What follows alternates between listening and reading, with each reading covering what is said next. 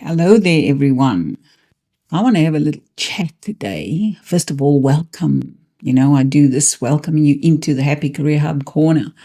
And today I want to talk about, balance in our life and our careers. And I'm particularly addressing women, but also men who are single dads, raising kids, who feel caught between being present as a parent and being fully present in their career. It is a challenging time for people who have to do both. Now, the first thing to understand is that there is no such thing as perfect balance.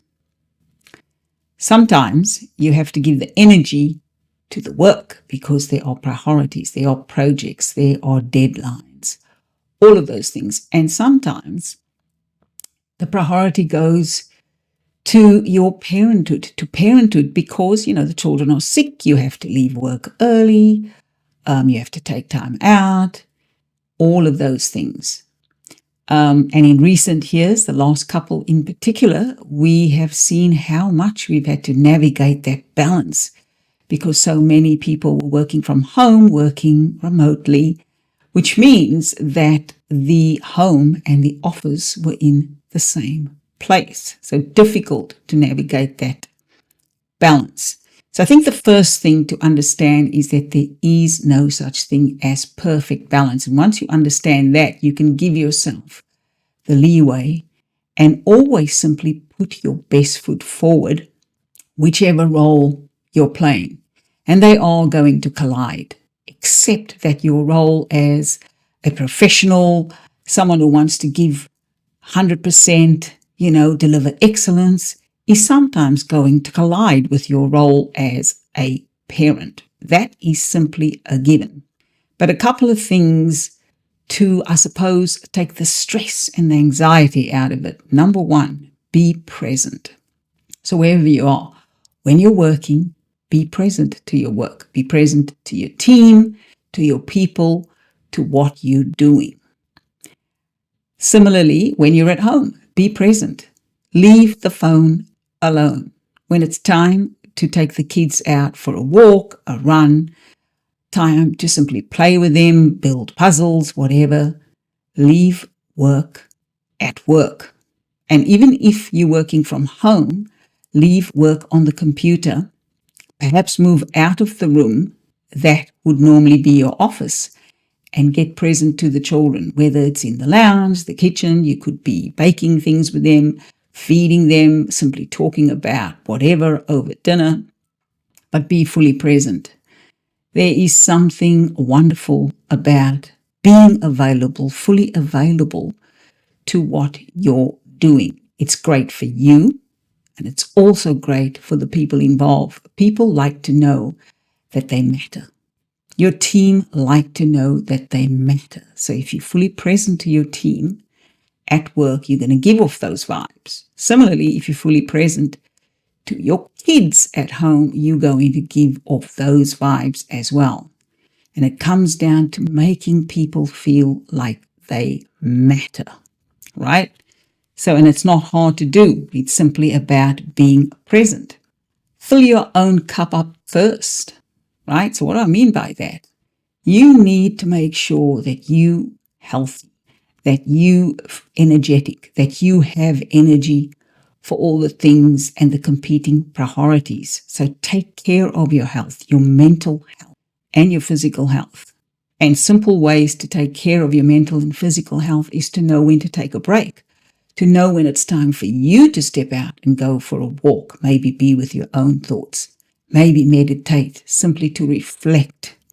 Maybe have a time in a corner where you can read something that you love reading. Whatever it is that makes you feel revitalized, you need to fill your own cup up first before you can fully be present to someone else. Because here's the thing, if you're not energetic, if you're not healthy, if you don't feel great, then even if your aim is to try and make people feel like they matter, your energy isn't going to match that. And that's going to be a challenge. You're going to have the intention of making people feel like they matter, whether it's the people you work with or whether it's your family at home.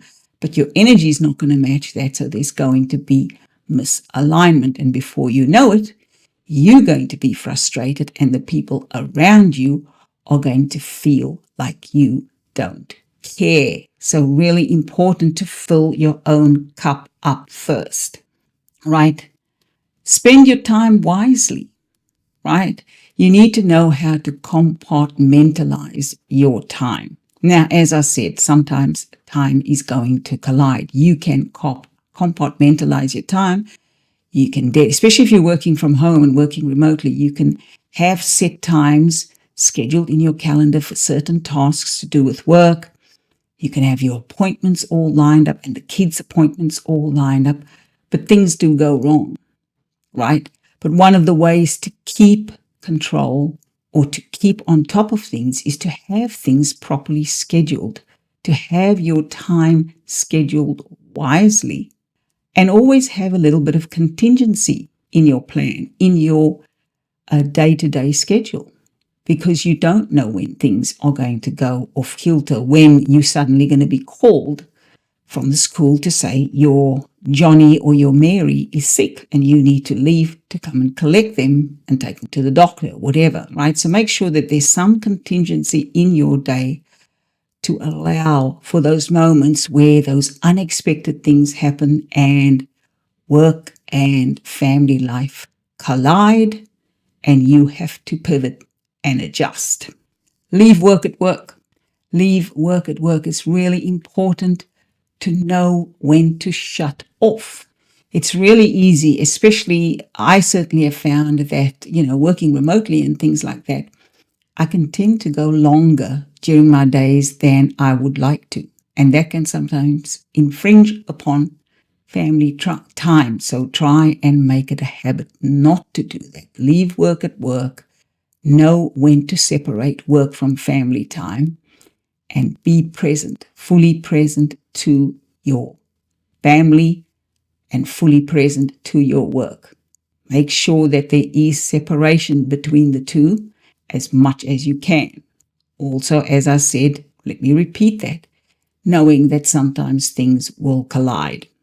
In the end, it's really about you taking ownership of success in your life by creating as much balance and at the same time understanding that there's never going to be perfect balance. You can only do what you can do, and it's important not to become anxious over the decisions that you make, how you organize your life, but to simply do it and have your contingency, have your leeway, so that when things go off kilter, you can still find sections in your schedule, in your day, to rebalance and realign as much as you can. The simple message is, do the best you can. Do the best you can without putting pressure and without stepping into the realms of anxiety over things you can't control.